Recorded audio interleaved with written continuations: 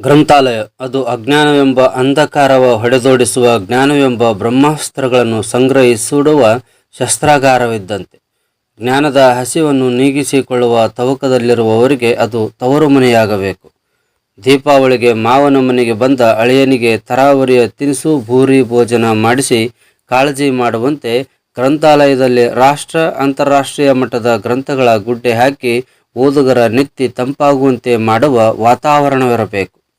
ಆದರೆ ಬಳಗಾನೂರು ಪಟ್ಟಣದ ಸಂತೆ ಬಜಾರದಲ್ಲಿ ಖಾಸಗಿ ಕಂಪನಿಯಲ್ಲಿ ನೌಕರಿ ಮಾಡುವ ಬ್ರಹ್ಮಚಾರಿಯ ಕೊಠಡಿಯಂತಿರುವ ಹಳೆಯ ಕಟ್ಟಡದಲ್ಲಿ ಮುರಿದ ಮೇಜು, ಬೆರಿದ ಕುರ್ಚಿ, ಹರಿದ ಪುಸ್ತಕ, ಧೂಳು ನುಂಗಿ ದಪ್ಪವಾದ ಪರಿಸರ ಕಾಳಜಿ ಸಾರುವ ಪುಸ್ತಕಗಳು, ತಾರಸಿಯ ಮೇಲೆ ಯಾರೋ ಕೇಳದ ಪತ್ತೇದಾರಿ ಕತೆಗಳನ್ನು ಎಳೆಯುತ್ತಿರುವ ಜೇಡರ ಹುಳುಗಳು, ಆ ಕತೆ ಬಿಡುಗಡೆಯಾಗುವ ಮುನ್ನವೇ ಕಿವಿಯಲ್ಲಿ ಪೈರಿಸಿ ಮಾಡುತ್ತಿರುವ ಸೊಳ್ಳೆಗಳು, ವೃದ್ಧರು ಗ್ರಂಥಾಲಯಕ್ಕೆ ಬಂದರೆ ಆಸ್ಪತ್ರೆಗೆ ದಾರಿ ತೋರಿಸುವ ಅಮೃತ ಶಿಲೆಯಿಂದಾದ ಮೆಟ್ಟಿಲುಗಳು, ಎಷ್ಟು ಪುಸ್ತಕಗಳಿವೆಯೋ, ಎಷ್ಟು ಜನ ಸದಸ್ಯರಿದ್ದಾರೋ ಒಂದೂ ಮಾಹಿತಿ ಇಲ್ಲ.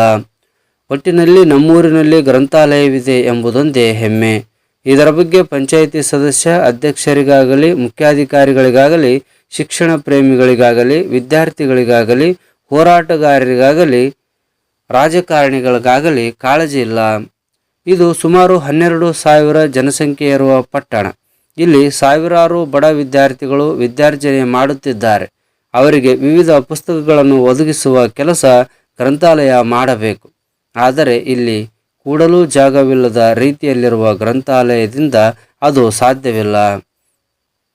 ಅದಕ್ಕಾಗಿ ಪಟ್ಟಣ ಪಂಚಾಯಿತಿಯ ಮುಖ್ಯಾಧಿಕಾರಿಗಳು ಈ ಗ್ರಂಥಾಲಯದ ಮಂಜೂರಾತಿಗೆ ಅರ್ಜಿ ಹಾಕಿ ನಿರ್ಮಾಣಕ್ಕೆ ಮುಂದಾದರೆ ಸಾವಿರಾರು ವಿದ್ಯಾರ್ಥಿಗಳು ಓದುಗರಿಗೆ ದೇಶ ವಿದೇಶದ ಕೃತಿಗಳನ್ನು ಆನ್ಲೈನ್ ಮುಖಾಂತರ ಓದಲು, ಡೌನ್ಲೋಡ್ ಮಾಡಿಕೊಳ್ಳಲು ಸಾಧ್ಯವಾಗುತ್ತದೆ.